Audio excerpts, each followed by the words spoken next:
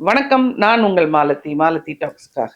ஒரு பையன் என் ஆஃபீஸ்க்கு வரான். சின்ன பையன். எனக்கு நீங்க வந்து உதவி பண்ணணும் மேடம். எங்க அம்மா வந்து எங்க போறாங்க, வராங்கன்னு கண்டுபிடிச்சு சொல்லணும்னு. என்னடா சின்ன வயசுல இந்த பையன் இப்படி வந்து கேட்கிறானேன்னு சொல்லிட்டு நான் சொன்னேன், "இல்லப்பா நீ வந்து உங்க அப்பாவ கூட்டிட்டு வந்துரு" அப்படின்னு சொன்னேன். உடனே அடுத்த நாள் அவங்க அப்பாவையும் அவன் கூட்டிட்டு வந்தான். வந்தோனே அவங்க 2 பேரும் பேசினது என்னன்னா, என் ஒய்ஃப் என்ன பண்றாங்கன்னு தெரியல. யார்ட்டயும் எதுவும் சொல்றதில்ல. காலையில அவங்க பாட்டுக்கு கிளம்பி போறாங்க. எங்கேயோ போறாங்க. வீட்ல இருந்து நெறைய திங்ஸ் எடுத்துட்டு போறாங்க. அப்புறம் வந்து ஈவினிங் தான் திரும்பி வராங்க. எங்க போறாங்க, வராங்கன்னு தெரியல.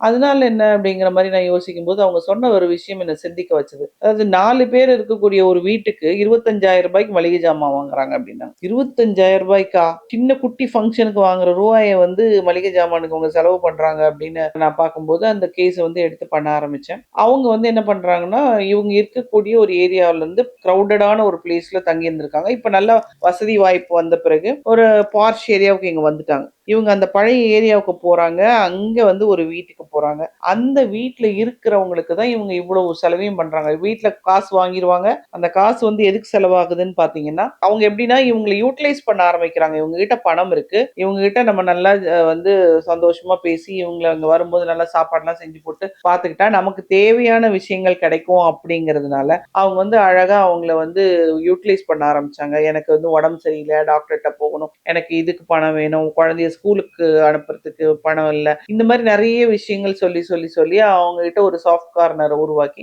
இவங்ககிட்ட இருந்து பணம் பறிக்கிறதும், இவங்க வந்து என்ன பண்றாங்க, ரூ. 25,000 அந்த மளிகை ஜாமான் என்னால தாங்கவே முடியல. அதுவும் அந்த வீட்டுக்கு தான் போயிருக்குது. இவங்க எதனால அப்படி பண்றாங்க அப்படிங்கிறது பார்த்தாக்க, வீட்ல யாருமே இருக்கிறதில்ல. இந்த அம்மா மட்டும் தான் இருக்கிறாங்க. எல்லாரும் வெளிய போன பிறகு. கிரவுடடான ஏரியால இருந்து ஒரு தனியா பெரிய வீட்டுக்கு வந்தோனே, இவங்களுக்கு வந்து அந்த இடத்துக்கு போணும்னு ஆசை ஏற்பட்டது. அவங்க வந்து இவங்கள வந்து யூட்டிலைஸ் பண்ணிக்கிட்டாங்க. ஸோ இந்த விஷயத்த கண்டுபிடிச்சு சொன்னதும் அந்த குடும்பம் சந்தோஷமாக இருந்ததுங்க.